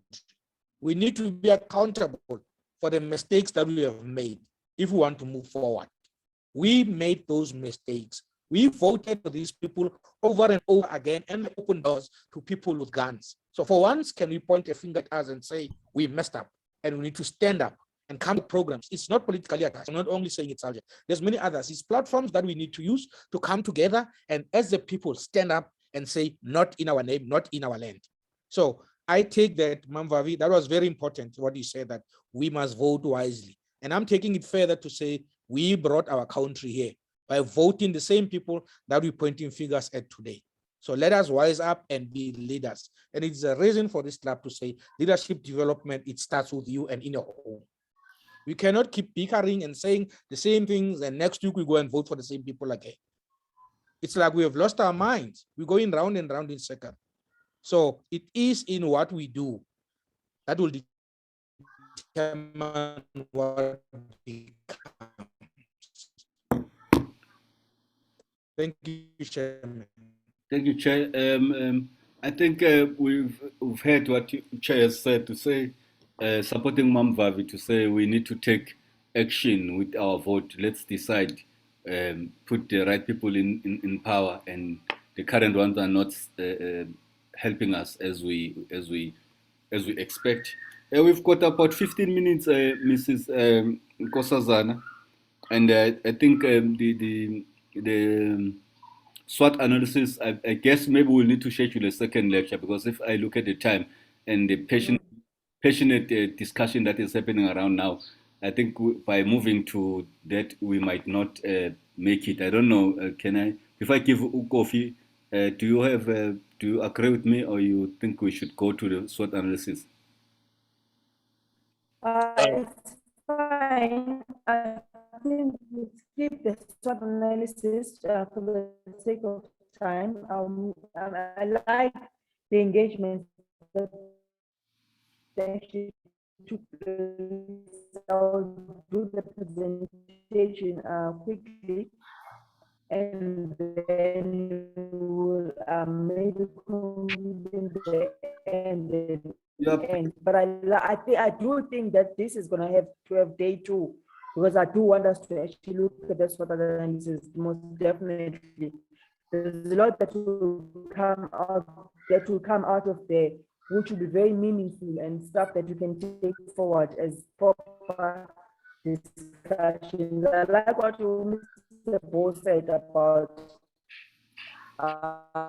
we're gonna keep trying and saying the same I think, Ms. Nkosazana, over and over and over again. you are breaking terrible. Until we as a people take action and take our power back, that's when we'll see the change. So that's a true point. I agree with Mamba. Hello? Okay, can we give Kofi a chance to speak? Sorry, man, I think my connection on the computer is giving me a challenge. Can Okay. we give Kofi a chance to comment? Yes. Thank you. Yeah, this a brief one. I think when I hear people say people must rise, and when we hear from various people on the continent that people are quite apprehensive about the situation and the ongoing conflict is going to be indefinite, and we must accept that it's going to be indefinite until we change our system. The thing, one thing which I look at it, and that's my own view, the Africa itself, and I plead that we all look at it that way. Africa itself is a project, and it's a project for us. And when you have a project, you have a project leader, and the project leader then outsources and look for experts in various fields. For instance, there could be a group of people who are experts in conflict resolution. There could be a group of people who are very good in agriculture. The group of people who are very good in education. Africa is a project in the sense that since we all gained our independence from our colonial masters, we haven't even had a breathing space to identify what is suitable for us. We have been imposed with a system which may not necessarily be suitable for us. We have been given fork and knife to eat our fish, but we can eat papa, we can eat saza, we can eat all those food with our hands, and it still does the same job.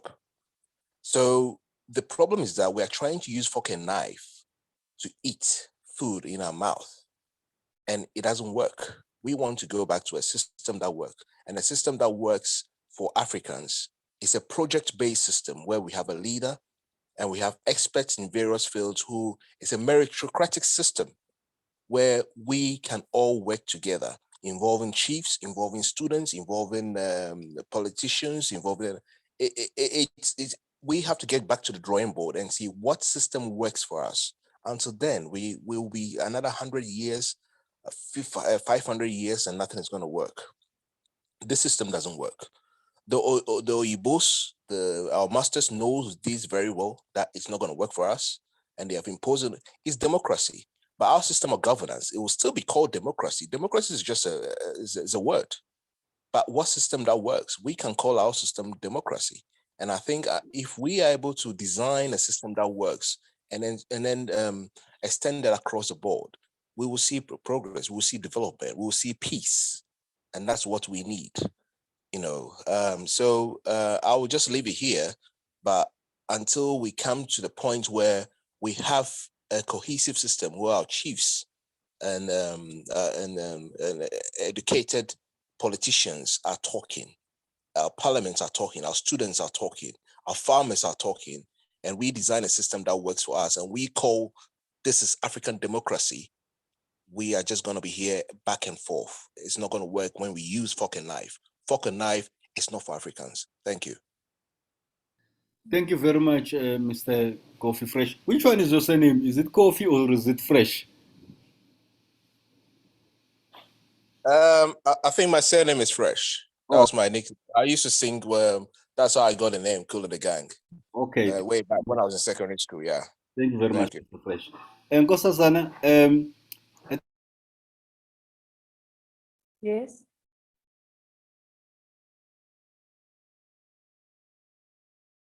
Can you hear me?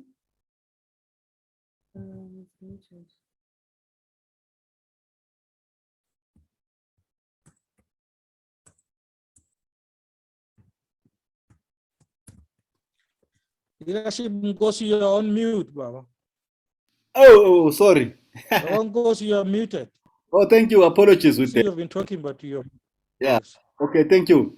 Thank you, Chair. I think what I was saying is thank you very much to Mr. Kofi as well. I was saying through you, Chairperson of the club, I think this lecture is too big to be concluded within 2 hours, and we can see already that we need to, if through you, to arrange a second bite on it, and so that we can, at least now we've thought about it, we see the current problems and the challenges that we see, and also the challenges that the presenter is giving to us. I think maybe we need to look at it.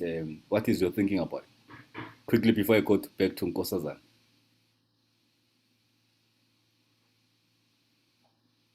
Chepo?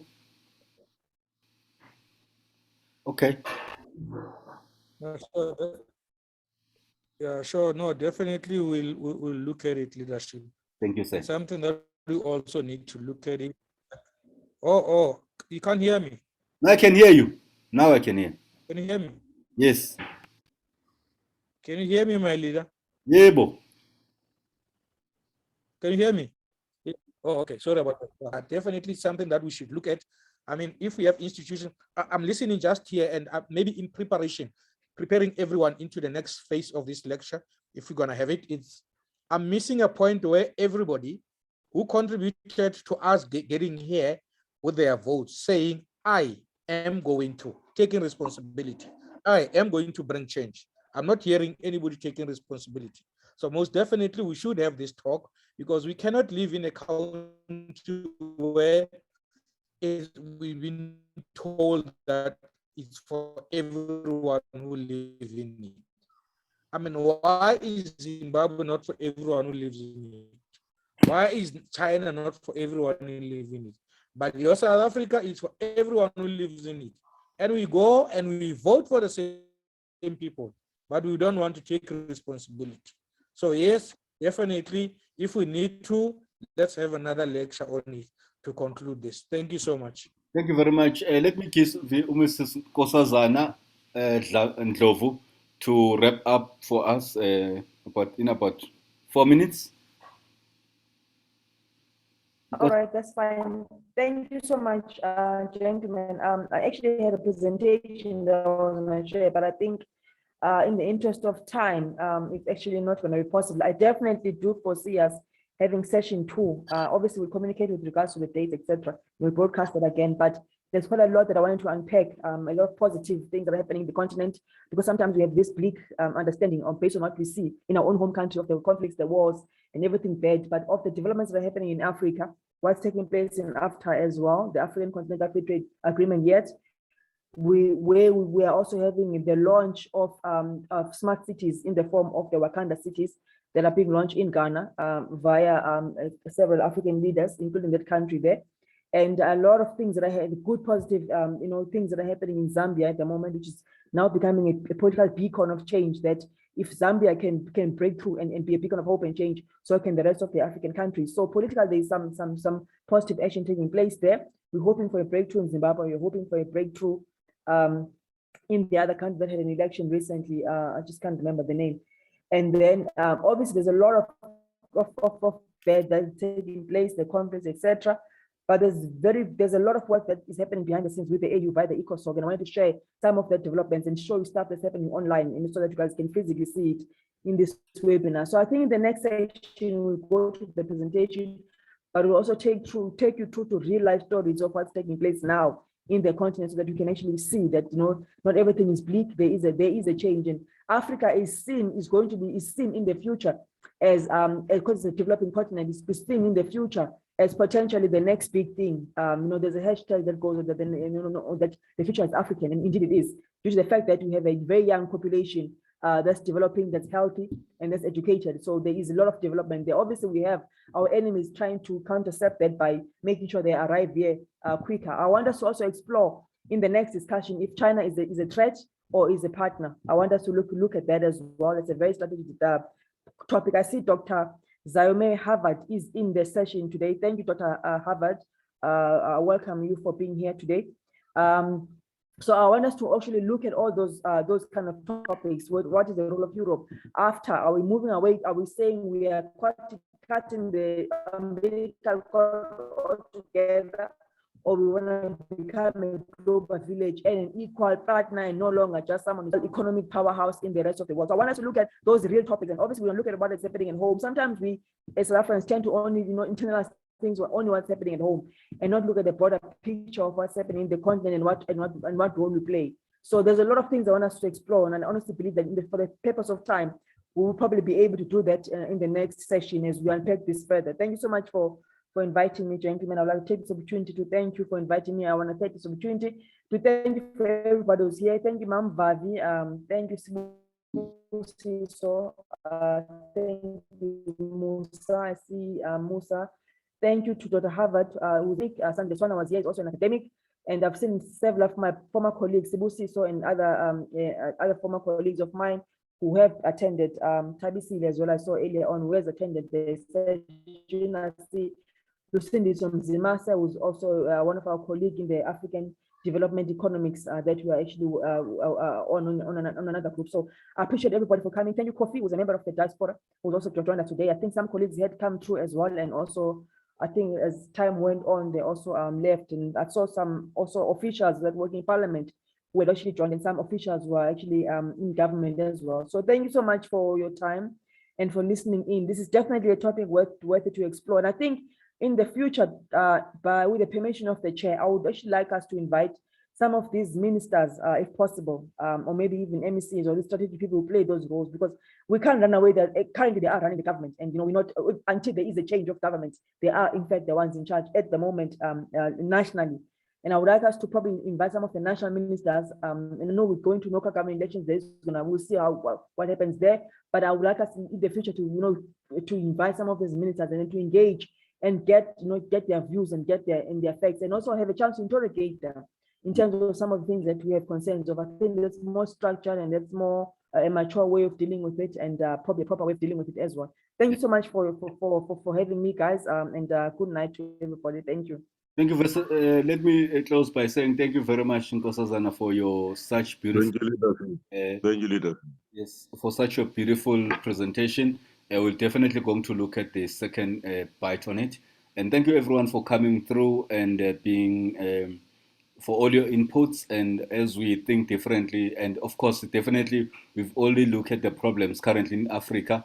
But thank you very much. That on the next installment we'll be focusing on the positive, because we can't be looking only on the negative side.